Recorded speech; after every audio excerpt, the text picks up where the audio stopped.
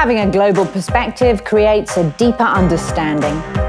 Because in our connected world, all news is international. The impact on Europe and the rest of the world would be devastating.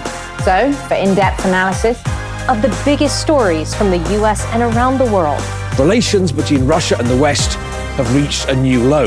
Join our team and find out what is really going on. BBC World News America.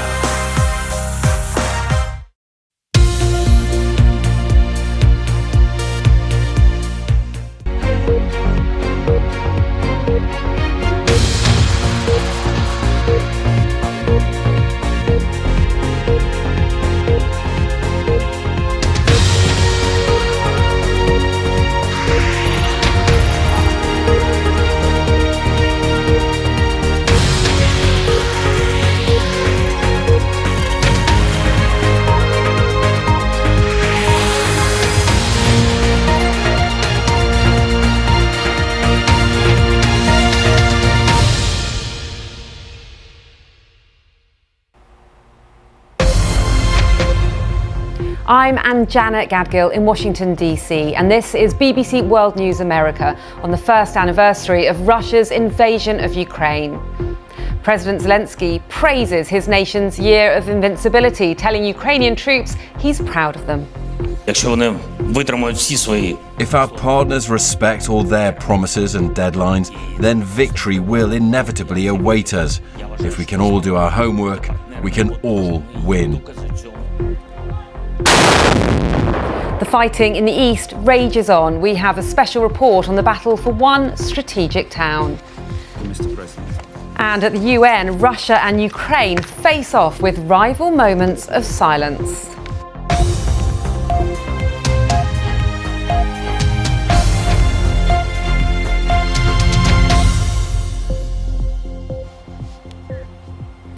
Welcome to World News America on PBS and around the globe.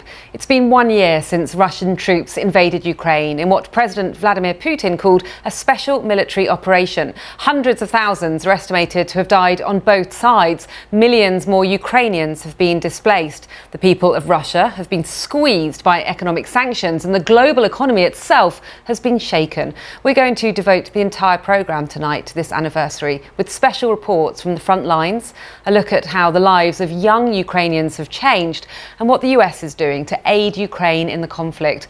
But we start at the beginning, February the 24th, 2022. This is how the BBC covered those early moments. Let's take a look at a map of Ukrainian territory over the period of the war. Now, before the invasion, Luhansk and Donetsk in the east were held by Russian-backed separatists, here in yellow. Crimea was, of course, illegally annexed by Russia in 2014. But a few weeks into last year's invasion, large parts of the southeast and north of Ukraine were under Russian military control. However, Ukraine has fought back thanks to artillery from Europe and America and seized back much of the north. Russia still occupies large parts of the east, and that's where the fiercest fighting is currently taking place. Our senior international correspondent Orla Gurin and cameraman Goktai Karalton have been on the front line with Ukrainian troops and sent us this report. The US has marked a year since the invasion by announcing a new range of sanctions against Russia and new military aid for Ukraine. Let's get more on this from our State Department correspondent Barbara Plett-Usher. So, Barbara, the US remains Ukraine's strongest backer. Barbara, thank you very much. Well, a year ago, thousands of ordinary Ukrainian citizens signed up to fight to protect their country. Our international editor, Jeremy Bowen, was in Ukraine at the time. He's kept in touch with many of the people he's spoken to along the way and has been back to meet some of them to reflect on 12 months of war.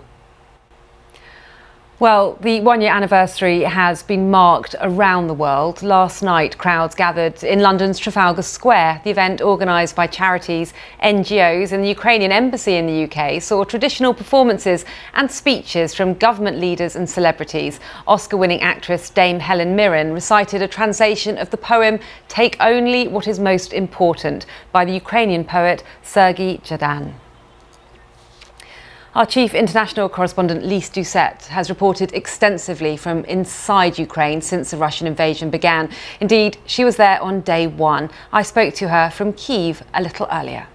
Ukraine has unveiled a new postage stamp to mark the one-year anniversary of the war. The stamp depicts a boy defeating an adult man in judo. The image draws from Putin, who's a black belt in judo, and the young fighter is Ukraine. Get Lost Putin is added to the lower left part of the stamp. Kyiv residents took to the post offices to purchase the new stamps. Before we go, let's bring you this latest development. The European Union has approved a 10th round of sanctions against Russia. The package includes tighter export restrictions regarding dual-use goods, as well as measures against entities supporting the war. Well, thank you for watching this special Ukraine anniversary edition of World News America. I'm Anjana Gadgil, and we leave you now with some of the most striking images of the last 12 months from the war in Ukraine.